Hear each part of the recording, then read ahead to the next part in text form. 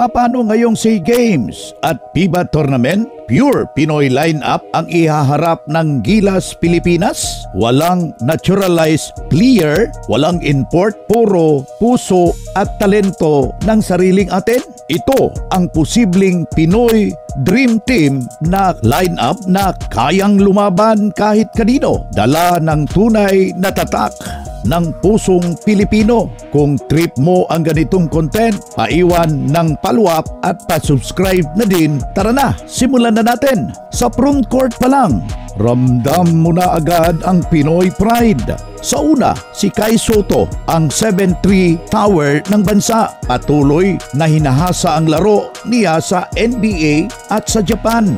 Ang rim protector, shot blocker at reliable finisher ng Gilas.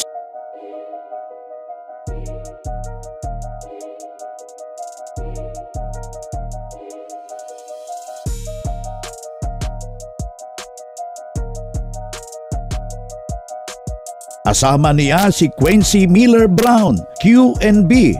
Oo, lokal na. Isang FIBA eligible player na may NBA pedigree